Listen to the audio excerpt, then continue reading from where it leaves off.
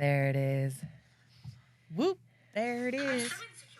Welcome to Real Talk Sundays, the podcast for the people, by the people. Because some people can't handle periods no matter what day it is. Meow, meow, meow. And it's period talk today. Period day. Period day, all day for approximately 3 to 7 days, in fact. Every 28. Every 28. Welcome back to RTS. Our goal is to just show people how to have authentic communication, sometimes about the hard stuff, with a bunch of people from all walks of life. Because it truly is about the people. So thank you for coming back and joining us. And though you may think this episode is just for the ladies, au contraire, mon fucking frere. It's for the gents too, because I'm fucking tired of all y'all being like, oh no, period. That's gross. Ew. And I actually had a really good question. A guy came up, we'll talk a little bit more about the questions guys have for girls, but we're going to answer a lot of those for you guys. And a lot of them are like, how can we be of better, assistance? How can we, are all you guys bitches on your period? So we just need to talk about that shit because we're 2024, okay? We're 2024. We're having sons. We're raising men, okay? We also are with men. Men, if you know a woman, if a woman is in your life, if you see women on daily basis, you plan on having a relationship, a daughter, you have a mom, I don't fucking care. You need to listen to this and you need to write some gold nuggets down because we're about to spit some fucking facts. Imagine how, if you really take notes, imagine how, impressed your girl would be. Oh, my God. If your baby boo or your fucking doll, whatever you call her, your wife, if you listen to this and learn and then you took care of her differently during that time. We're gifting you fucking gold right now, okay? And ladies, this isn't going to be your basic one. I know we forgot his host intros. I'm your host, Amanda. This is Valley Wood. I think that's on brand for us. Honestly, that we forget intros. You're welcome. Who cares? You know who the fuck we is. Okay. You've seen us. 4 minutes into it. You've seen it. You heard it. So we're just going to talk a little bit about those gold nuggets. And that's just important. Yeah. Ladies, this isn't going to be your basic, what's the difference between a pad and tampon? We're going to talk about a few things, but no, this is a little more in-depth. This is shit that we didn't know, shit we haven't been taught. And yeah, we're going to take it from there. I've been telling people at work, by the way. They're like, what? Yeah. So today's episode is supported by the Coo app. Coo. Please go check it out. It is an app that you can download. You can get a membership. And if you use our code RTS24, you will get a free month for that. So the Coo app is basically restaurants, breweries, anything local in this Treasure Valley that's on there, you will get a specific discount. Yeah, exclusive discounts just for you. Support them. They're awesome. Remember, code RTS24. Yes. RTS24. RTS24. And what do you know why it's 24? Kobe. Oh, I thought it was the year. No, Kobe. No, it's the fucking year. Kobe. Kobe. Okay.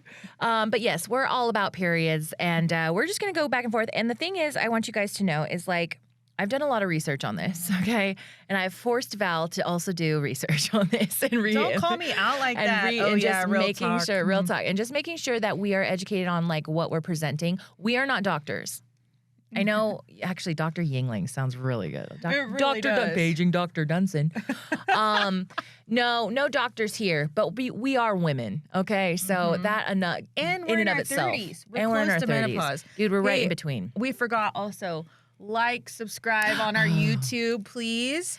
And our TikTok, follow us. Our 2 social medias, Instagram and TikTok, are Real Talk Sundays _podcast. Pretty simple and easy. And then if you want to be interviewed by us or just be a part of anything, you can DM us. Yeah, dude. DM us Throw it in on them Instagram DMs. or at our Gmail, realtalksundays09@gmail.com. Yeah, anything you want us to talk about, any comments, questions, concerns, funny stories, fucking send it in. We're going to eat that up.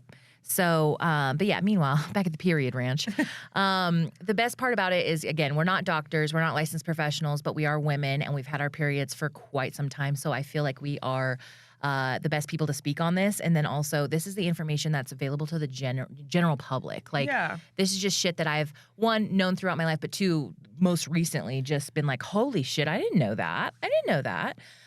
So if I don't know it, I'm assuming all y'all don't know it, so we're just going to find out. And we have our references that you got. So if you guys are curious and wanting to learn more about this, just go to our bio. I usually link all of our resources in our bio and everything. So, but let's honestly fucking dive on in. I really, really, really want to just make sure, again, everybody who is listening understands that this is like educational, and I don't want to get caught up in like, because we're going to use words like normal. Okay, we use words like normal and abnormal, and I just don't. All of our bodies are different. Every body is different. So just prefacing that before we dive into this. But like overall, this is just general like women's health, and we're gonna specifically talk about just periods because I could go on and on about vaginal health and like we're gonna overall have women's other health. episodes of that. Yeah, remember? So we're gonna specifically we're gonna periods. have one on menopause, metadata, metamorphosis. Fuck. But yeah, that's our PSA. And I think you're our PSA. You can do our PSA. This is our public service announcement. Yeah, that we have questions that we're going to answer that are specifically kind of what men say and their icks about periods, which is super, I don't want to say annoying, but it is annoying. No, you know what it is? It's just they're not informed. And yeah, too. They're not informed. So B actually asked this question because I was getting all in my fucking tizzy, and he was like, "Here's my question: is why am I not allowed to be grossed out by it? Like, why am I not allowed to be like have the icks? Because it's fucking gross." And then he compared it to bowel movements.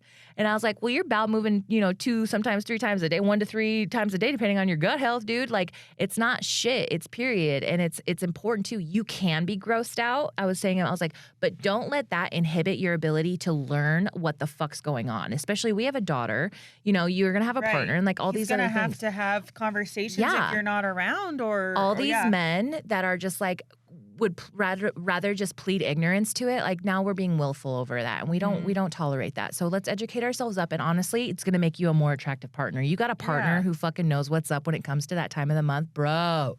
Sniper. This is how I feel though. Is like if you're gonna say it's an ick. What about when you gave birth to the kids? That's fucking gross too. Oh, we can go on, and that's also part 2. Like, the fucking extra stitch this bullshit, or how I could never look at my wife's vagina the same, or I passed out. Saying. That's just ignorance. I don't have time for hop, skip, and a jump. So you can be grossed out by it, but honestly, don't make me feel bad, because that's the thing too. Is like we can't help this. You think we asked for this? Like no. So one, don't make your partner feel bad. Don't make them feel ick. Don't make them feel gross because of what it is, right? And also don't make this whole like impure, unclean, you're less than because like or that like whole a smell, fucking like, and we'll get into smells. that, the whole fucking religious approach to this. That's what I'm talking. Be grossed out, but you don't get to vocalize. That's not fair unless you're both sharing in this like, oh my God. You want to try to have a period, motherfucker? Fuck you. Our shit would be free if men had periods. Shut the fuck up. Anyways, we'll get into that. Rant over. Rant over. You guys had a lot of questions for girls. We're going to make sure we answer those. That was the biggest one. We looked on a couple of websites, and those were like the biggest questions. Is why do women turn into crazy people? Yeah. What's another one? Yeah, after pregnancy, does your period return to normal? And then, does your period change how you dress for work or going out? Yes, it does. Yes, it does. 100%. Yeah, and we'll talk about why, but yeah, absolutely it does. And do they like to receive oral when they're on their period? Me? You tell me, motherfucker. You tell me, motherfucker. I had a guy recently, though, dude. I went over to his house. We were just talking about this. But I went over to his house, and he asked me to go down on me, and it's hard because he's like, this is the funny part, is some men would be like, oh, absolutely not. The tampon or whatever's inserted into the vagina is not where your clitoris is, okay? So let us be clear on that. The clitoris is in a completely different area than the vagina. Mm-hmm. So if you're doing it correctly, no, not even necessarily cook, because I like them to get all up in there. If you're doing it cautiously, you would not get it. Me personally, I'm a mental game. So I would be so in my head about smell, because there's odor there. I was like, I would just be so in my head about it. I couldn't enjoy the cunnilingus, not cunnilingus, cunnilingus. I couldn't enjoy it, honestly. So me personally, no. But honestly, if I knew my partner was a freak-a-leak and like to fuck it, hell yeah, I'd let it. But I'm not about. I didn't let him. Honestly, now I think about it, I should have, but I didn't. I think for most women, I don't want to say this, but for most women, I think you feel so shitty in that time, and we'll get into that that you're like, I don't want Ew. anyone to touch me. Fucking I don't don't. want any of that, depending, right? Don't. So that's kind of my thoughts. But 100%. let's get into these facts. It's you. Okay. This is my favorite part of it. This is my favorite part. Women are the original keepers of time. And that just sounds so like peaceful when I say it, because I believe it with the fire of 1,000 suns. How we're able to have essentially 13 cycles in a lunar year, so in 1 year. And we'll kind of go, back and forth. We won't spend too much time on this, but I truly do think traditionally, having 13 cycles in a year, we should have 13 28-day months in 1 year. And that essentially mimics or mirrors a lunar cycle or a lunar calendar.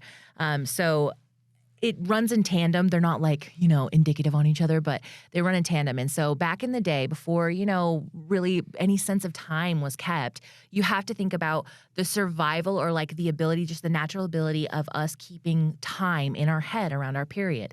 And even right now, you can probably within a handful of days predict when your period's going to come. If you're regular, right? I'm approximately the 5th, and I know that, and that's how you're like, oh shit, 25th. I'm late. Like, how are we not synced? Because we didn't spend as much time, but we used to be. So all of that, but then they originally kept it in like notches of wood or notches of stone, and they're keeping track of essentially a 28 to 35 day cycle. And I think this is so crucial in understanding, one, women's thumbprint on fucking just civilization and modern civilization. Like the ability to keep time really helps, one, hunter-gatherer, when to plant plants, seasonal changes, right? When you can get a grip on seasons. Are you kidding me? When you can optimize plants, agriculture, when the livestock, during hunting season, being able to predict when livestock was migrating, when they were having their babies. That played a big part in domesticating animals, which was another huge win for the women. And a big thing was too is like you get to almost predict when you should have children, because when you're pregnant, you're super weak. Like you're at your weakest and your energy is being shot. So for maximum survival, being able to conceive in the wetter months, because that way too you have more food readily available. There's a lot more nutrition in the food in the soil, a lot more water in the wet months versus the dry months when things are a little bit more difficult. So it's just able to really just predict when you should have your kids or how you want to start conceiving. But ultimately, like, that just rocked my fucking world, because I'm like, hell yeah, the competitive advantage, like that starts civilizations. That does. And when you're able to gift that to your village, to your civilization, like, I mean, the competitive advantage against others too, especially if you're in a different part of the world than maybe people who are trying to come in and take like over. The civilizations across the world. Yeah, but it was just honestly magical, mystical, wonderful, and let's hear it for the women on that one. Yeah, but the fact that none of us have known that. Yeah, dude. That's like, what's throwing me we have a clock in our fucking body. It's throwing me for a loop that's not anything we were taught. The power. Well, I mean, why would we? I mean, we're in America, and like, I know, but ultimately, I don't think any woman I know or that you know would know I didn't know it. I've been saying it at work, and they're like, I didn't know that. When to store up your food, because you know winter is coming. You know the changes. And don't get me wrong, men too, it's like, oh, it's getting colder. Okay. No. We're talking like months ahead of time. And you have to think too, like, every single cycle is just another opportunity to get ahead for the next time. You know what I mean? So it's just like, I don't know. Shit, we only got 27 days and 4 hours you look to at get it our too. shit. You're like, fuck, I've had 3 cycles usually on my 4. You know what I mean? Like, yeah, it was just really great to hear, and also very, very empowering. Very empowering to know, like, we're born with these in our bodies, and we're just never taught, like, the power that we hold. We're only taught of the power that we could have a kid now. But that is all you're taught. It really is. You're a woman now. Yeah. What age did you start your period? 11. I started mine at 16. At 27. She was 27. Yesterday. Fucking 16. Yeah. I thought I was a dude till I was like 16. And then you weren't a dude. And then I instantly wasn't a dude. But no, definitely like. I have a tangent of when I started my period, my mom wasn't with me. Yeah. My dad, it was like we were at a softball practice. My dad's the coach. And then there was no women. And I was with my best friend Samantha, and she didn't start her period till she was like late. and she like kind of didn't know what to do either. And she's like, okay, well, just take some toilet paper. And like, she like coached me through it. And I like, we don't have cell phones then. Oh. So somehow I got a hold of my mom and she came and got me. But I had to go back out to practice with the toilet paper up God, there. I remember shoving fucking toilet paper up my hoo-ha for volleyball and then bleeding all over. But I was like, fuck it, I still want to go in. And like bumps that spiking and coming out. And that's when like, you first got it? Yeah, it was like the first like season so we after. both got it. Oh, I was going to say, nuts. did you get it out of sporting? That's crazy. Fucking all the time. No, that wasn't my first time. First time was, at home. But you imagine you come out and you're like, Dad, I started my period. He's like, I know what the fuck to do. Like, I know exactly what's going on. Can you imagine? Now it's like, we got to call your mom. How clutch that is. Like, come on. Let's do that, dads. Let's do that. I don't know. Tells time, Dad. Tell time. I've even being like, I have tampons in the first aid kit in the car. Yeah. Like, Dad. Literally. These are super ultra jumbos. My vagina's like this big. I don't know if I can do it. Anytime you say ultra jumbo, it makes you laugh because you guys always make fun of me. I use tampons the size of my fist practically. We'll get into that. But anyways, let's dive right in to just explaining the period cycle because this is where it starts. This is where it starts, dude. The cycle of your period. It's typically 28 days. That's your average. 28 to, it can go from 25 to 35, but 28 to 35 days is your standard. Day one, and we're going to have 4 phases that we're going to talk about within one cycle. But the cycles start from the day of your first full bleed to the next day of your first full bleed. So that's what makes up a whole entire cycle, okay? And the biggest one is like if you go longer or shorter than that, that's when we need to consult a physician and really bring it in for, just overall why is that happening? Because there's going to be different reasons. But ultimately, that's what you need to stay in.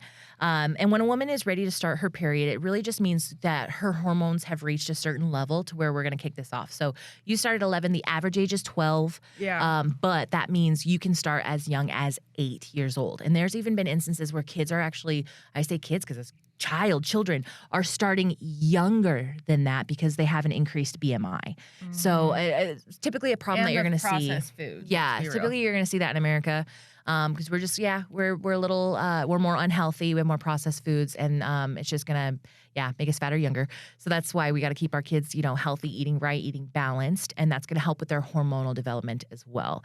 But 8 in there, anything after like 15 is a cause for concern. So, but I was normal. I wasn't too worried about it. And my mom kept saying, like, don't worry. Like, you don't want it. You don't want this. But you're like, I just want it. And then you get it. And you're like, the first couple are super exciting. And then you're like, oh, this does suck dicks. This is rather inconvenient. Like, this fucking sucks. But yeah, so consult a physician if you haven't had, if your daughter hasn't started their period, about 15, 16 years old, going to get into that. But typically a period just happens when your 3 main hormones that we're kicking off here. But the hormones that you really want to pay attention to are progesterone, estrogen, and you're going to have some testosterone, right? It's going to, ironically, which seems kind of counterintuitive. What are all the odds? But yeah, so these hormones are going to help build up that thick lining on your uterine wall. And that's what you're shedding every single month, right, out your vaginal canal. And we're going to talk, that's important information to know because, one, the 3-day mark, and people are like, okay, and I don't want to actually skip ahead. I think we're going to skip ahead on that one. But you need to have the lining of your uterus built up with just enough width of the millimeters so that the egg, if you do want to get pregnant, can implant successfully. So that's the bigger one. And then if it's anything thicker than that, we'll talk a little bit more about, when you're going to know that your lining is something's going on in your uterus. But that's the bigger one, is just making sure that, every single month, that 3 to 7 day mark for your period, you're going to build up the lining on your uterine wall. If there is no baby, the egg is going to dissolve, and your lining comes out your vaginal canal. And that really ultimately is the period cycle. So going into the phases of your cycle, we got four phases, four phases, 4 seasons. That's what sheds. That's what sheds. Yeah, is the lining of that uterine wall. Too. And yeah, so that's going to be your uterus contracting. Those are cramps. And we'll talk a little bit about, what is a healthy amount of cramps, because I'm telling you right now, I think a huge stigma that we have is that periods are painful, periods Yeah. are drastic, periods are dirty, periods are all these things. And quite frankly, Mamacita, if you are having really painful periods, that is your body telling you signals. Like, you really need to understand, I think the value our periods hold is, especially over men, like, we have a monthly reconnection with our body every month. It is a vital sign for your body as a woman. And it's going to tell you a lot of things about your health, about your brain health, because it's essentially your brain connecting to your ovaries, okay? So it's going to tell you a lot about that. It's going to tell you a lot about where your thyroid's at, your hydration, your mental state. So it's very important that we almost pay, dare I say, pay tribute to this monthly thing, because it's like, okay, one, if it's consistent, my body's doing good. Two, if it's got all the signs of a healthy period in it, okay, great. And you're hyper aware of it and you're listening to it. So almost paying this homage to having your monthly and just being, dare I say, appreciative, but a little, Well, not appreciative that you're not think pregnant, but with this whole, like, I know I might go off topic, but the endometriosis. endometriosis. People were so scared to be different and be like, no, I'm not being a wimp. This hurts. Isn't normal. Like, this isn't normal. And that's just come alive in the past few years because women were just dealing with it. Oh my I God. think. Oh, my mother. Yeah. And I also think too, when I see those, I don't know if you see those videos where they hook men up to the cramp, Yeah, and they can't handle it. simulators, and then they hook a bitch up who's got PCOS, and they're like cranking it like 10 decimals, and she's like, okay, that's about right. And he's like, oh my God. Like, Yeah. no, that's not normal. And again, So using that don't be the buzzword. scared to talk to your doctor. And we're about going to it. talk about red flags so that you need to go to your doctor. Like, these are situations you need to go to your doctor. But let's crack in. So the entire cycle has 4 phases. 4 phases.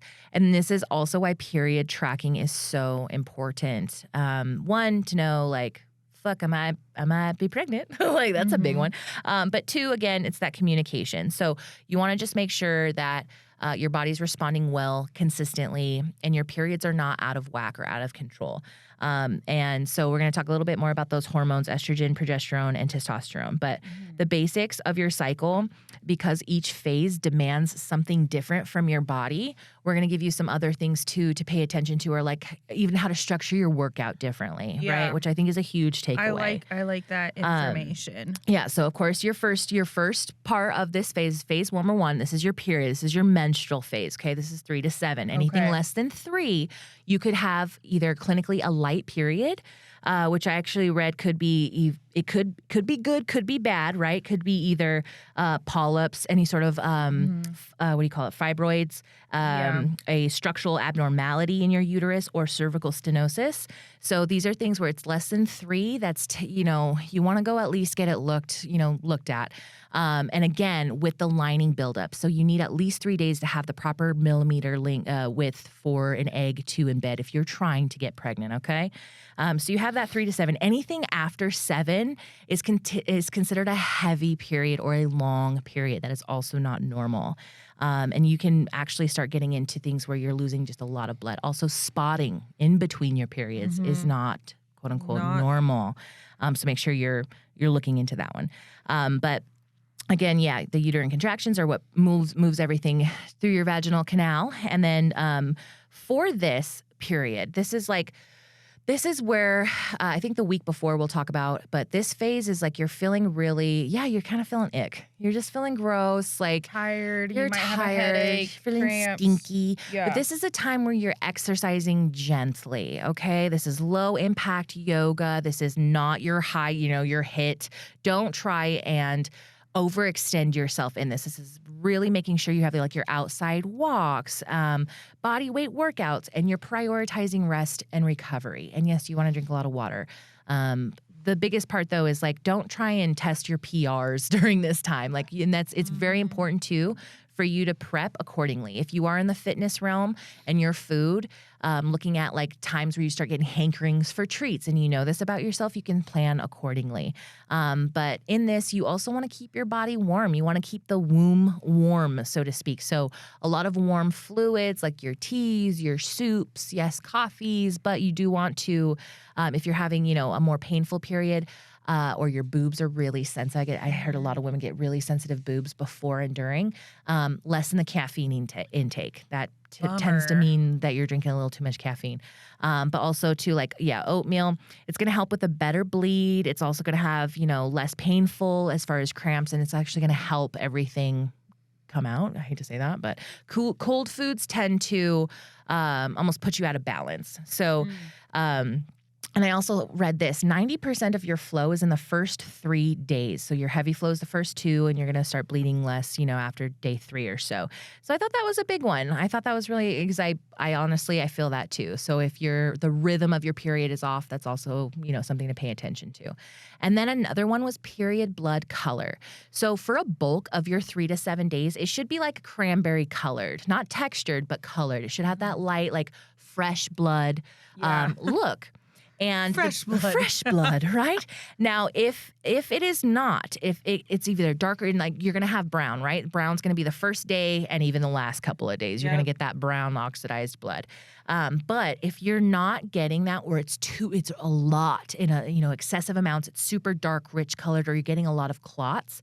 That's another one that is cause for concern. Yes, it should be maroon, probably day 2 and 3, possibly 4, because that's when a bulk of it, the lining is being shed.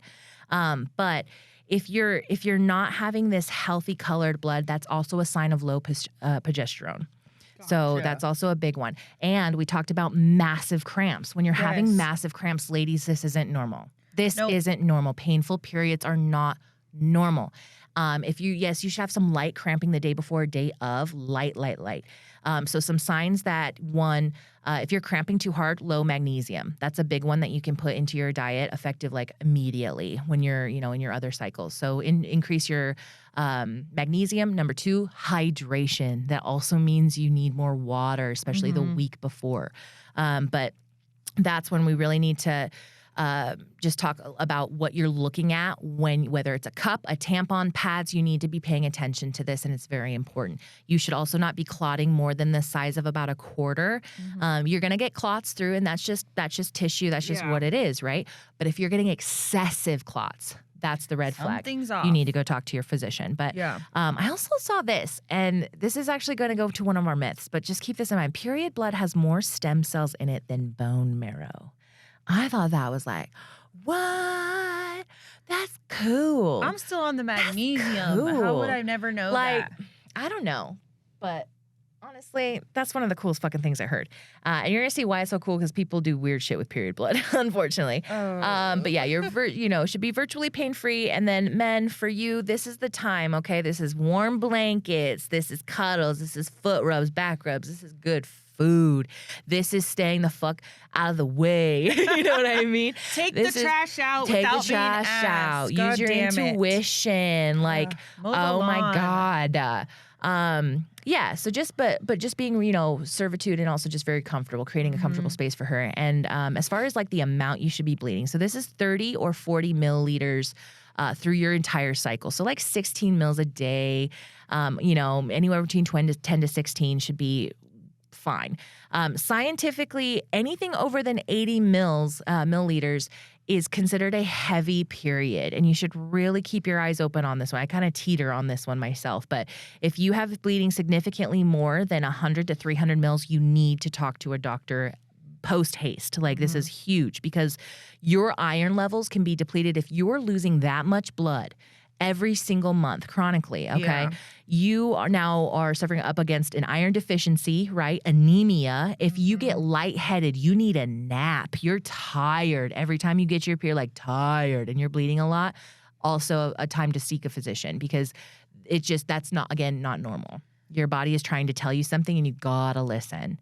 You know what would have been cool if we would have sat here like this and poured water in and be like, and this is how much. This is exactly how much it is. Or a shot glass. I always think about a shot glass. This is how much you should be bleeding each day. It's really apparent when you start using Diva cups. When you start using collectors. How much in a day do you think? So they are saying, anywhere between 3. This is a valid question. Honestly, this was a question that they were interviewing guys. How much do you think a woman bleeds on her period a day?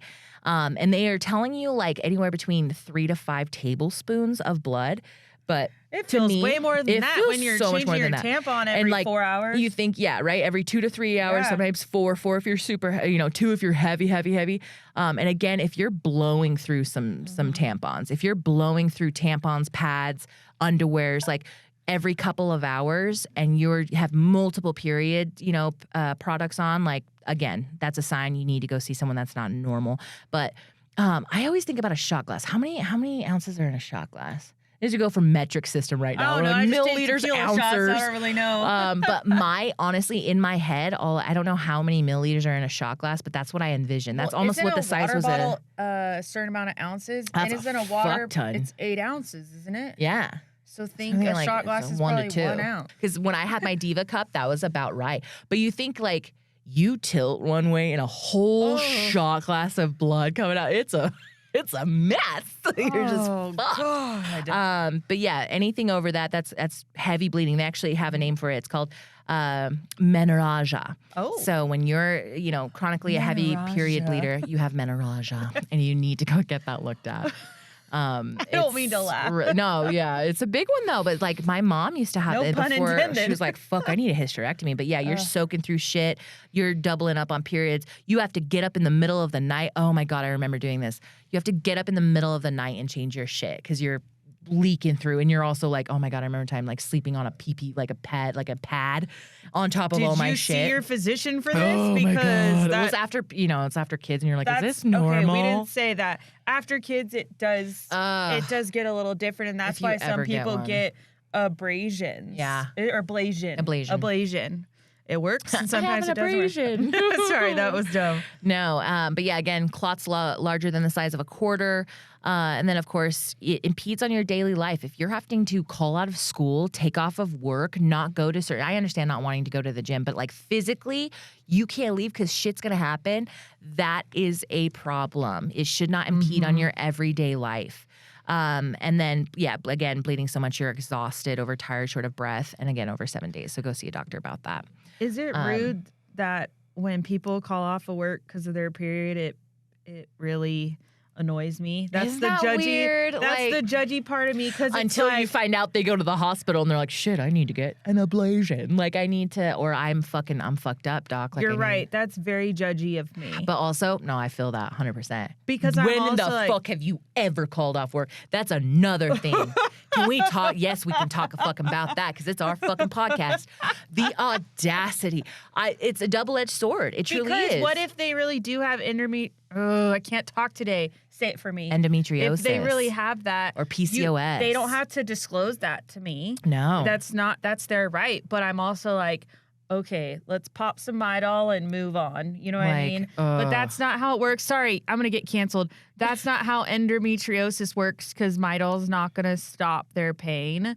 So I take it all back. And that's another one too. Like again, if you're having to take, Tylenol, Midol is another thing. But like if you're trying to have to take like fucking painkillers because this shit, we got ourselves an issue.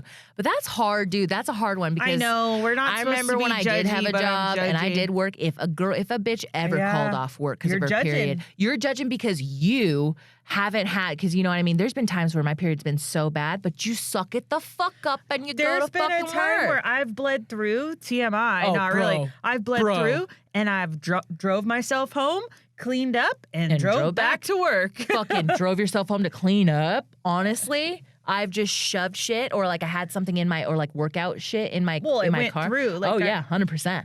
I've bled through so much to where I'm just like, shit. Or I'll just take off my underwear, shove a bunch of shit up there, and go about my fucking day. Your underwear in the office trash can. I just wish. Oh my God. Oh yeah. And you're sit there and you're like, well, fuck it. On my lunch break, I'll just go figure this out so no one has to. Like, oh yeah, absolutely. God, that's a huge thing. But and when you go to the doctor, like the biggest things they're going to look for are fibroids, polyps. Like they're going to look for, different things. We're going to talk about birth control here in a second. They're probably going to prescribe to you birth control, but this is like where hysterectomy comes in or an ablation. I think that's the big one, is just really during it. I know it's not glorious by any means, but you need to pay attention to what's coming out of your body. You just have to. And the way your body's responding, because it's communicating with you and you need to listen. But yeah, so that's actually the period. But then you go into your next phase. Can you read that word for me? I just don't trust myself at this point. Follicular. Did I say it? I think so. 13 to 14 days. So this is when the egg starts to grow and is producing estrogen. This is when you're feeling your best. As Amanda writes it, feral personality. Personally. Absolutely fucking feral. Like, clear the fucking way. I'm coming. Bitch, here I am. In more ways than one. Who wants to have sex with me? That's where she's at. So your energy rises, perfect time to push through. When the egg is fully matured and estrogen reaches its peak, it triggers ovulation. So your face looks more symmetrical because of the estrogen that's pumping around in your body. Your skin glows. The testosterone is also up, which is making you on top of your game, creative, powerful, confident. This is when you're going to want to hit your PRs in the gym, just pump that iron. And I feel that. Do you feel that? Big time. Oh, big time. Because I train 3 days a week. Yeah. And then there's some times where I'm like, I can't even. I don't have a fucking in me today. I'm literally like that. And I'm like, what? And then you don't even know that it's because of where you're at in your cycle of life. And so hit those exercises, strength training, all of that, indoor, outdoor runs. Fellas, her energy is up. Flirt with her. Make moves. Plan things. This is play. Play. This is wrestling. This is like, foreplay.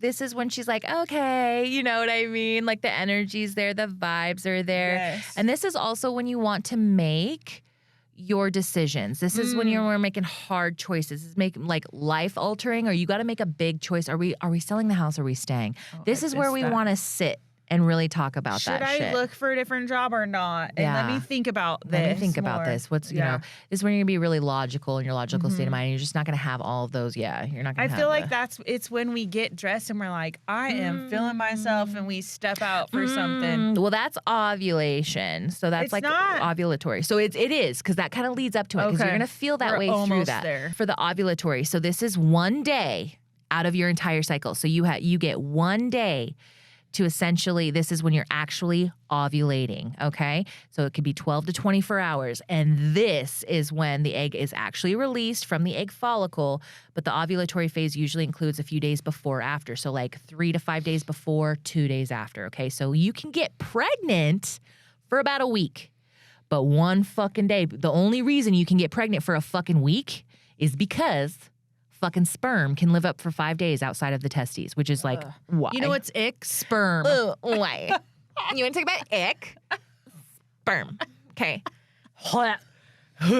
Anyways, why I say you could tell someone's okay. Anyways, so sperm can live up into your vaginal. Yes, your vagina is naturally antispermatic, but they can still live up in you for up to 5 days. So that's why you got to be really, really careful. We'll talk a little bit about natural birth control in a little bit, but there's a window, okay? But this is when you are feeling, honestly, like, this is where your fertile window has you feeling the most like biologically ready to reproduce, okay?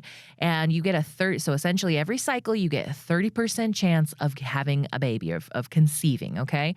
Now you're only gonna get pregnant 1 day out of the cycle, but you just need to be careful, okay? Because a lot of women slip up on this one, a lot of women, and you will feel yourself change. It's caused, and we even talked about this one too, it's called the point of change, or POV. It's a different type of POV. We talk about, POC, sorry. I put POV.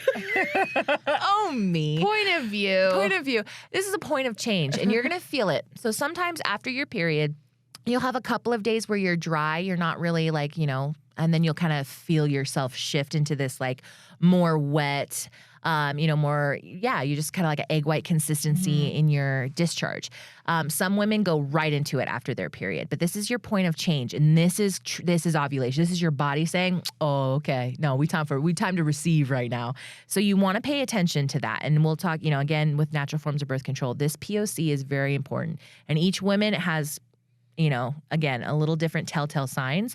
But this is where it's going to kick off your fertile window. It's going to tell you you're becoming fertile, you're approaching ovulation, and you really need to understand like the consistency of your cervical mucus, okay? Because some people will say that they feel off or their discharge is too thick, chalky, and white. But this should have like a really almost like, mucusy consistency. Again, like that egg white texture, very slippery, clear, stretchy. The odor should not be strong. It should not be strong. And we can talk a little bit about vagina stuff on a different one. But the really big thing is for this one is like, with your estrogen peaked, you are the sexiest and most fertile, and you are so confident. So this is like, I think this is like, yes, the week. I messed that up. No, absolutely. No, it's going to be in that olive.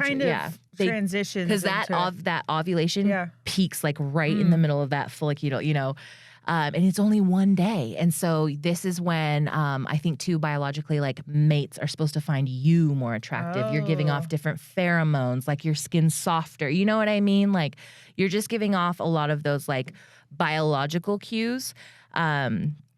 And this is, again, where you start feeling strong, okay? So this is, again, testing, your HIIT runs. This is high impact. This is classes, increasing your weights.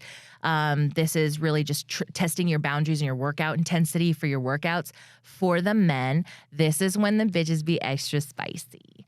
This is when they're gonna want to try new shit. They're gonna want to just honestly feral. Like they'll be down to try butt stuff. They'll be down to try. Oh my God, I'm telling you right now, ladies, let him suck on your ass. Let him do it. This is the time to try it. Okay, be aware, be ready for this, and she's gonna give you the signs and signals that she is ready for this. But again, this is just an extension of play.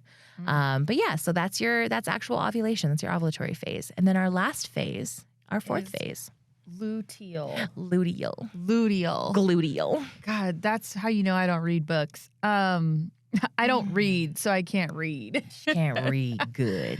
If the egg isn't fertilized, it dissolves. You're going to feel like shit, moody, groggy, all those things. High progesterone. Yeah. Sounds like progesterone's the problem. It really does. If she's not fucking with it, you're in for that's what I'm saying. You're in for some hurting. High progesterone causes bloating, lowered libido. Sorry, guys and gals. And then you get a surge of testosterone. Sudden hormone changes, emotions intensified, and you're tired. Your oily skin, acne. That's where you get the pimples. It's releasing all the oils. This is when you want to eat healthy to prep for that whole cycle to go through again. Your breasts are going to be sore. Consume less caffeine, reduce sugar intake. Stay hydrated. I mean, I will say personally, because I did have like the perfect boyfriend was really big on this, dude. He would always be like, how are your bowel movements? How are your periods? Vitamins. Vitamins. That's Water, what I water. remember. And I remember he put in iron pills as a part of my vitamin regimen. And then water. This was like the big one. He was like, I don't care how much like you drink water, but like a week and a half or so before you feel like you're gonna start your period, that's when we need to hit our almost a gallon a day, okay? I'm gonna try that. We need to be drinking a lot of water. And I have noticed since breaking up, it stays in the back of my fucking mind every month. And I will tell you, I've split tested this. In the months that I do not drink water, or the week before, I get fucked. And then, it's a heavier period, it's a messier period, it's a crampier period, it's uncomfortable, it sucks, it goes longer versus, and that's just hydration. Totally. Not even my I've pills. noticed that too. And then you can eat dark chocolate and nuts, and that's supposed to really help. And then that's magnesium. Yeah, I'm gonna get magnesium pills. Your exercise should be low impact, lightweight strength training, steady cardio. What does that say? Pilates or plates? Pilates. That's not how you spell it. Rest and recovery. Pilates. And then men, this is your chance. Calm it down, chill date nights, rub her motherfucking feet. I don't know. Kisses, sensuality. This is low. Like, this is safe spaces. This is low. And the hard part is, too, is like PMS is a fucker. Like, I get wicked PMS. And again, also a sign that that's not normal. That progesterone really got you. Dude. It fucks with you so hard. I don't understand. We're not making big life decisions, okay? No. We're not doing that shit. We're R&R. R&R. Arnar. What the fuck is that? I think an inside TikTok joke right there. I was like, is No, that if from you a say movie? RNR, it sounds like you're saying oh no in an Australian accent. R&R. Arnar. Arnar. All right, our next Anyways. topic is the horrible thing Bro. called birth control. Fucking birth control, dude. Birth control is such a, like, and that's the thing, I was thinking about it, and it's not even a necessary evil. It's a fucking bitch. Like, birth control is such a sticky wicket. It's all about money and not being It's about pregnant. the That's my new money. consensus. Yeah, and like the biggest thing about birth control is, and I think for us when we were younger and we go into the doctor to get on it, and Yeah. even our moms, okay, is like, one, we didn't have that much information available to us. Two, we're going in for what feels like the right reasons, but it's not the right reasons. But before you go into your doctor, you need to understand, one, you got to do your research. Two, you got to be your own fucking advocate because they're going to do what they think. Yes. What's easiest for them is usually what's most difficult for you. So you got to do your fucking homework and you got to pick the birth control that's the best for you. And you have to know what's best for you, why you're using it. That's really the root of it. You need to look at your medical history. And my thing is, again, this is just me. I'm not a doctor. Get your fucking blood work done. We just talked about progesterone and estrogen Yeah. and testosterone. If any one of those, your vitamin D even, your fucking magnesium levels, any one of these, okay, are low, let's work out treating that first before we treat a symptom with birth control. Because that's what's going to happen. Before going in, you need to look at your lifestyle, your diet, your medical history. Are you prone to blood clots? Like, Yeah. what does your heart look like? You know what I mean? You're smoking, weight. So you just really need to take a snapshot of yourself because your doctor, especially if it's a new PCP, isn't going to have, or a new OB, isn't going to have all this, like 15, 20-minute consult and you're out of there. So you really need to come in and say, this is what I am, this is where I'm after, this is what I'm looking for. But you need to know how your body metabolizes estrogen. If you're feeling real weird and that's why you're going into the doctor because you're like, yo, like my periods are wicked heavy or whatever, you need to run those tests first. Because if your body's not metabolizing estrogen at a rate that it should, there's our cue. And birth control is not going to fix that. It's going to almost do a surface level, numb that, again, solve the symptom without treating the root cause here. But if you have certain genes in your family, those will play a role in how you metabolize estrogen as well. So looking at your genes, if you haven't quite solved, the quote unquote issue. But people go on birth control for different reasons. It really just depends on your reason. But you went on so fucking early. You went on, no, it was your 20s. No, I was 18. 18 to 25, and that was rough coming off of it. Are Yeah. we going into side effects? Because that's real. No, Or- just like no? why people go on birth control. Oh, because of my acne. Yeah. I wanted the acne off my face. And did I have here's the thing. Did I have extreme acne? No, compared to other cases that you've seen or you see online or whatever. But I wanted that gone. Yeah. So bad. And so I had birth control, and I even had this like cream stuff that you would put on at night, like a medication. Ooh, yeah. It was too much. I don't like that. It's nuts. And people go in for especially young girls, dude. Yeah. Aesthetics are a big one. When you're growing up, you're like, fuck, just fix my face. Okay. Birth control. And it's also meant to help regulate periods. So this is when people are going to come in who have super heavy periods, endometriosis, PCOS. Like they're wanting to actually, God forbid, prevent pregnancy is another reason people go on birth control, right? And we have seen, doctors have seen it actually help be one of the treatments in infertility is they will put you on birth control, take you off, and then a lot of women are actually having more successful times conceiving after that, which I think is crazy. It'll also help reduce the pain in cysts as well as any sort of pain associated. Really, really painful periods are easily treated with birth control, but for different reasons. So those are the reasons.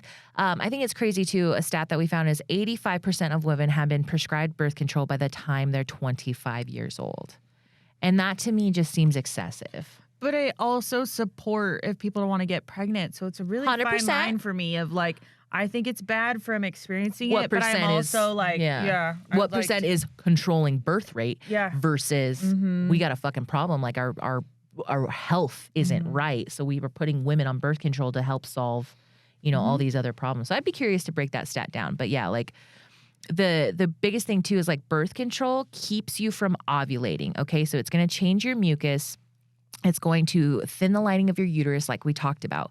And different types of birth control serve different types of ways that they're not going to allow you to, conceive. So I thought that was interesting too. But there's a lot of more, like I think the most alarming thing I found during all this is like the side effects. The alarming amount of side effects was intimidating, to say the least.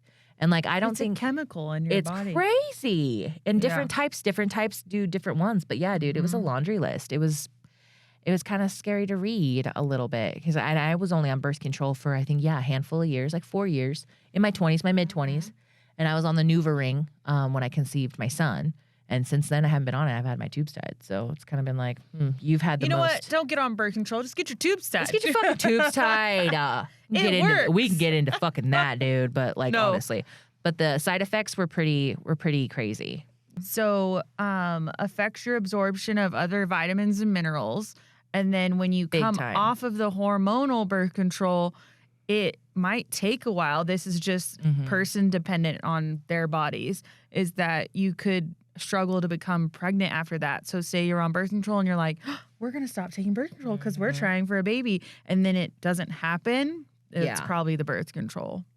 And then can affect your sex drive, low libido, less satisfaction. That sucks. Yeah. Vaginal dryness. Affects your taste in men. This is a good one. Bro. When you're on birth control, Amanda found this out that you can't smell the scent of someone you're supposed to major reproduce with. Histocompatibility complex, bro. Like MHC. This blew my mind, and I had heard about it, but I was like, I need to figure this out. Like, what's this about? And we're attracted to men who have a dissimilar MHC than us. Okay, so their smell and their compatibility is different. It basically weeds out family members, so you're not inbred. Some people. And ultimately has you biologically sniffing out the most powerful mate for you that will make the best and strongest offspring. And when you are on birth control, it is basically tricking your body into saying that you're pregnant, right? So your brain and your ovaries are not communicating the way they typically would if you were off birth control. So your brain isn't wired for reproduction, okay, at that point. So what you're smelling is completely different than what you would normally do when you're trying to reproduce. You get off birth control, and it's going to take, depending on the type of birth control, months to a year to get off of that and to come back to ground zero. And then you start to realize you don't really enjoy your partner. Like their smell is not what you're, usually need to be attracted to your partner's stank. But it's because now your brain is recommunicating reproductively with your ovaries. And so not only are you not biologically attracted to them, you're now attracted to other people who have the opposite MCH as you. And now it's causing a whole bunch of women to be like, fuck this, I'm out. Like, I don't want to be in this marriage, this relationship with you anymore. And birth control plays a big fucking factor. That's wild to me. A big factor. I get it's like a primal thing. Oh, you're fucking with biology wild. At that point. Yeah, no, I mean, come on. Saying. Sorry. I got off my birth control. I want a divorce. I am not into you anymore. Yeah. Increases risk of insulin resistance, and then autoimmune diseases. That sucks. Or conditions. Sorry. It doesn't say that. So if you have, again, medical history and family history, something to really consider. Really consider. Inflammatory bowel disease, Crohn's disease, depletes magnesium. Big time. That's crazy how that relates. Yeah. How does that Because you're work already up against that shit. If you need magnesium to not have as many cramps, birth control subsides cramps. Technically, because you're not. Well, the thing is crazy. the cramps are caused because it's trying to remove the milliliters of lining, right? So it's contracting a bunch to get that. When you're on birth control, that lining is not building up to that thick. So you don't need to contract that much. That's why your cramps are less. I'm not a doctor. I'm not a doctor either. Blood clots, hypertension, bladder issues, brain communication with the ovaries. You kind of talked about that. If you want to talk about microbiome, dude, that's like it's your just gut. stomach. It's your fucking gut health. Your gut is your gut's your first brain, and it's fucking with your guts. Ugh, so bad. This fucks with your guts, you guys. I think that's a bigger one. Acne, bloating, weight gain, irregular bleeding, headaches. And then a lot of women are given birth control to address hormone imbalances, but doesn't address hormone imbalances. Yeah. It treats like an overarching symptom rather than the root cause of what's going on. And again, a doctor is going to cut depending on what they get kickbacks for, what's easiest for them. They're going to prescribe you what's easiest for them. Right. And I think the craziest part is, okay, you need to get on birth control, right? Great. What are the two different types of birth control? You basically get a lot of options, but you don't know like the two mother umbrellas. Your hormonal and your non-hormonal. I did not know there was different. Yeah, dude. Well, because everyone's familiar with the hormonal one. Okay, now this is gonna have, and you even have some hormonal things that have like half non-hormonal, half hormonal, whatever. But you have the pill, which we're all familiar with, the progesterone only pill. Now, if you get off of this, typically it's around 8 months for you to get back into the flow of things or your body to re-regulate. Again, coming off of birth control is like fucking detoxing. It's hardcore and it's going to take months for you to but also 8 months, 6 to 8 months to just come back to like if you want to have kids. But the pill, again, may not be for you if you have wicked ADD and can't fucking remember even taking your vitamins or drinking water daily. Not for me. It wasn't a good birth control for me, okay? Number 2 is the combined pill. So that's going to inhibit ovulation, so no ovulation, no baby. And if you skip the sugar pills, you can actually skip your period. Don't skip the sugar pills. Like, if you're doing yeah, it. I mean, you can. And I did look to see like, oh, is this a big deal? Like, can you properly skip your period and not have an issue? Yes, you can. Because one, again, you're not having to shed what you normally would. Every time I did that, it felt weird. It does kind of feel weird. It's like, where does it go? Yeah. Okay. I also saw this one TikTok. Fucking correct me if I'm wrong, dude. Okay.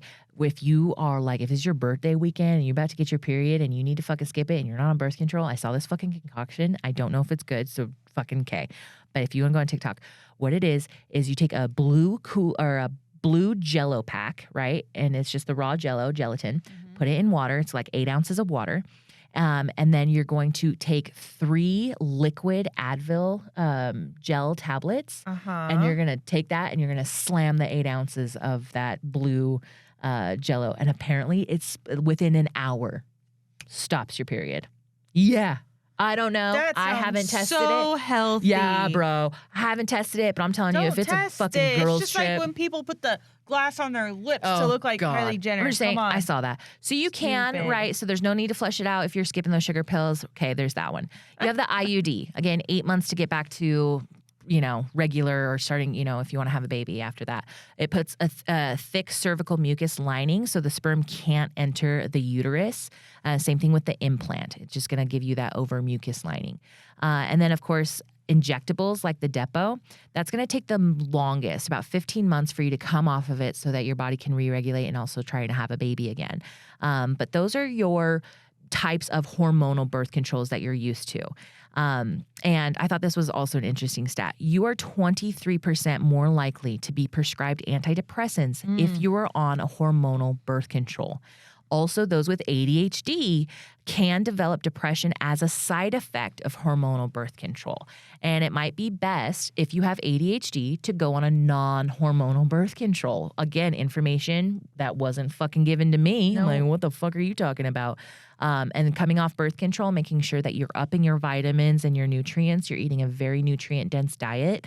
And post-birth control syndrome is an actual syndrome. You're going to go through different feelings of your phases of your body before it gets regulated.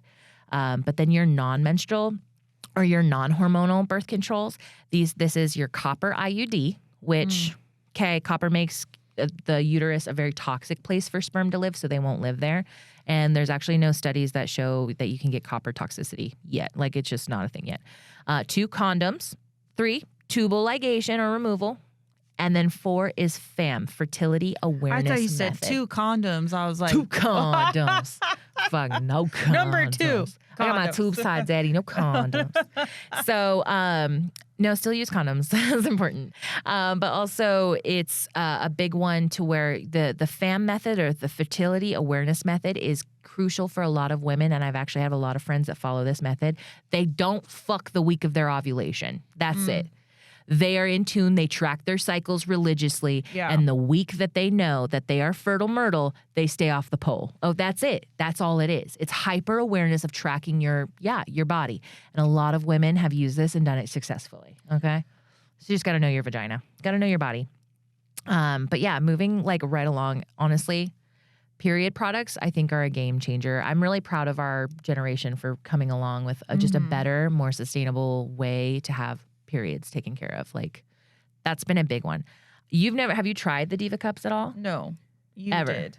You've not even tried like the disposable ones? No. Okay. I've That tried Diva sounds cups. like a disaster to me. Yeah, right. Small, medium, large, and there's a bunch of different Diva cups out there. So you got to look at, again, if you've had kids, you're going to want a big cup. Didn't work for me. Yeah, honestly, I feel like that's what I fucking needed. I need like a mega gulp cup to fucking catch this. It was just a lot for me, and if I couldn't sleep with them. Also, I found out that it was really interesting that you can actually have your period blood go back up into your uterus, up into your fallopian tubes, and then it spits it out into your body cavity, and your body just like reabsorbs it. I felt that was happening a lot with the Diva cup. I don't know. But you have those Diva cups, which are super great and sustainable, and you don't get toxic shock syndrome, which is like a big one. Tampons. Toxic fucking shock. Those are still my go-to. I hate it because it's so wasteful, dude. But and it also, is what it is. the super expensive ones, they say like do cotton only, but those are so expensive. They're so expensive. I need just fucking to can't. look into that. But Same thing of with the like difference. pads. Is just there's so many chemicals in pads and tampons, and so they're like, please just use cotton, and it's like, it's so pricey though. And then you can free bleed, which I think, personally, I have a couple pair of period underwear. Free bleeding is its own little subtext to like. I couldn't do it. Some bitches like literally just will sit around their house and bleed on towels. Like just put on a pair of their bros boxers and just bleed. And it's like not for the first day or two, but like the after days. Me, nothing. I have one pair of period panties. Again, there's different brands, there's different inserts. You can do that one. That one's super clean. And I have heard that women who free bleed have lesser cramps and lighter periods. Interesting. Just what I've heard. But I would just feel so dirty. Yeah, and then reusable pads for us hippy dippies out there. Sometimes you just have a cotton towel or reusable pads like they did back in the fucking day. But yeah, overall, period products have come a long fucking ways. And then the hard part is like when all this goes on, a bulk of your life. So from 12 years old to like 45, 50 years old, you're having a period once a month, every month. That just fucking blows my mind. Years and years and years. And then you go into menopause. Yeah. And you're like, well, fuck, this Then we're isn't gonna any be better. sad. Yeah. This all isn't the hot flashes. Why any do we have to better. go through all of that? And you can't have a kid. Like it's just It's a It's just nightmare. closer to death. That's how I feel.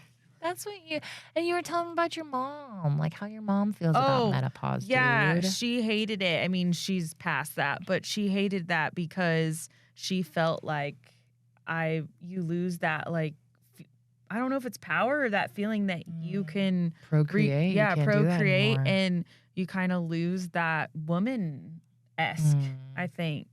Because then you're an old lady at that point. I think that's how it feels. Kathy, you were so much more than your period, okay? Yeah, you really are. More than She's like, I kind of miss it. And I looked at her like she was crazy. I'm like, you miss it? miss getting punched in the fucking face Yeah. once a month? So Kinda, wild. yeah. But then hot flashes, I couldn't imagine having hot dude. flashes all the time. Fuck, dude. That sucks. I remember her going through that. That was Oh, my bad. mom's still going through it. Because you have like perimenopause, which is the years leading up to menopause, right? So your like changes in sleep, your weight, ability to lose weight, your loss of sexual interest, mood swings, vaginal dryness comes and rears its ugly fucking head again. Your mood swings, hot flashes, night sweats, your brain fog, forgetfulness, and you're just like, and that's just leading up to menopause. And menopause is officially diagnosed. It's not like they don't need to run medical tests for it. So if your doctor's been like, we need to run tests, that's farce. It's literally just 1 full year without a period. So it can happen as early as 35, 40 years old, as late as 55, 57, and it lasts 7 years. Wow. But can go up to 14 years if you don't fucking take care of your body, dude. Yeah, if you're a Hydration. smoker, overweight, all that, it can go for a long time. But the crazy part is again, with menopause, you need to be your own advocate because a lot of doctors, even OBGYNs, are not well rehearsed in menopause. They're just not. And so you need to do your own research, especially where you're at in your man's not age, gonna your know. BMI. Yeah, dude, the type of OB that you go to. My fucking history is riddled with male OBGYNs. And I'm just like, ugh. Makes me so sad thinking back. I just didn't know. I didn't have the internet. But moving into myths. Let's see. Can you get pregnant on your while you're on your period? Do you want to answer or you want me?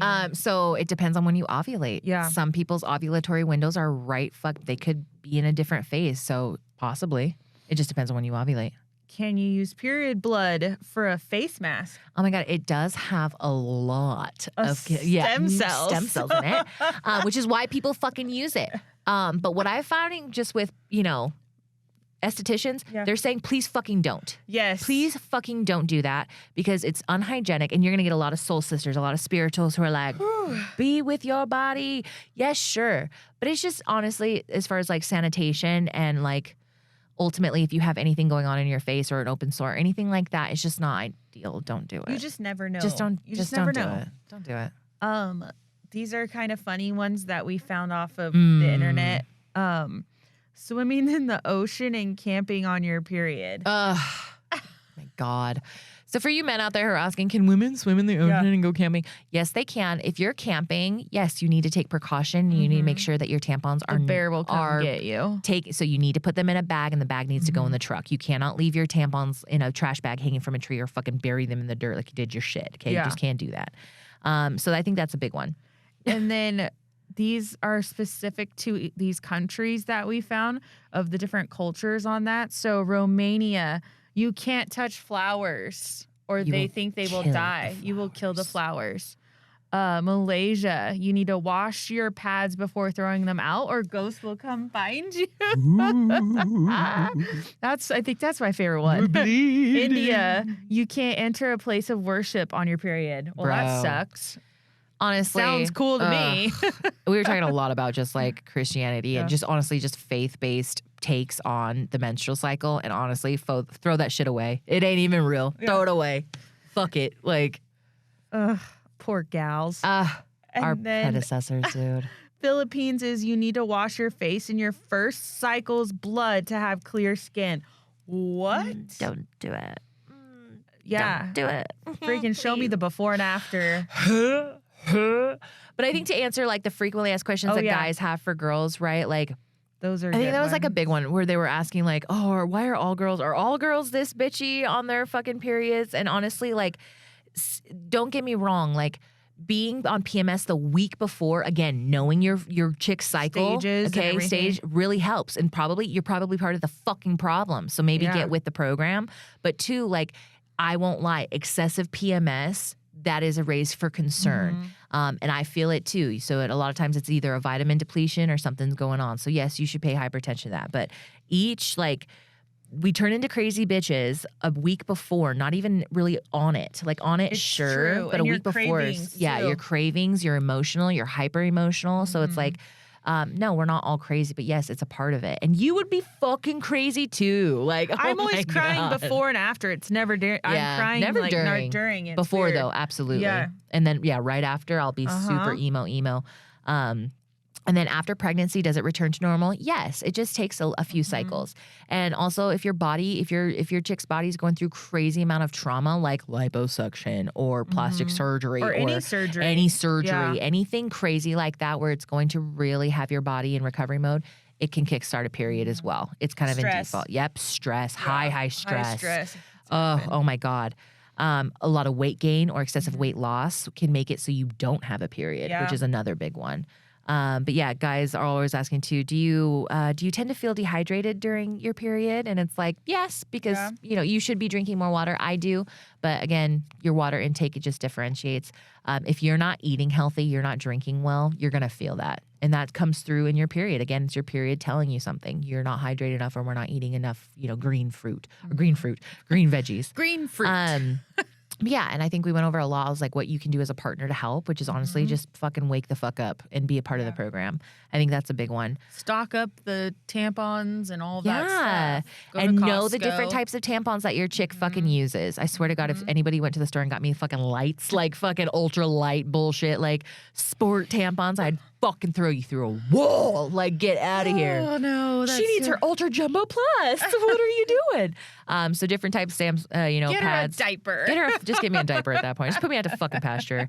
But anyways, guys, that concludes our fucking period You're segment. welcome for that education. I hope at least 1 or 5 of you learned more than just we bleed once a month. Yes. And it's fucking hell on earth. We're so much more than that. And just remember, let us pay tribute spiritually to our fucking periods once a month, because we are the original keepers of time, and you're fucking welcome, everybody. And also, it's a beautiful thing. Even though it sucks, it's still an amazing thing. And only we could only we could fucking do this shit. Your whole life. Your whole life. Once a month for a bulk of your life. Like, fucking men could. They couldn't. They wish they could. But just to recall, just to, reiterate, like, subscribe, like, share. We're on YouTube now, bitches. We're on YouTube. We're on fucking Instagram, Click TikTok. here. Real Talk Sundays podcast, baby. You can find us, again, giving us your input. Our song and artist of this week it's from a guy called Portugal. The Man, ironically. Portugal, period, the man. And the song is called So Young. So please enjoy. We'll link all of who we're crediting for this information, stats, and facts. And I hope you enjoy the rest of your week. Yo.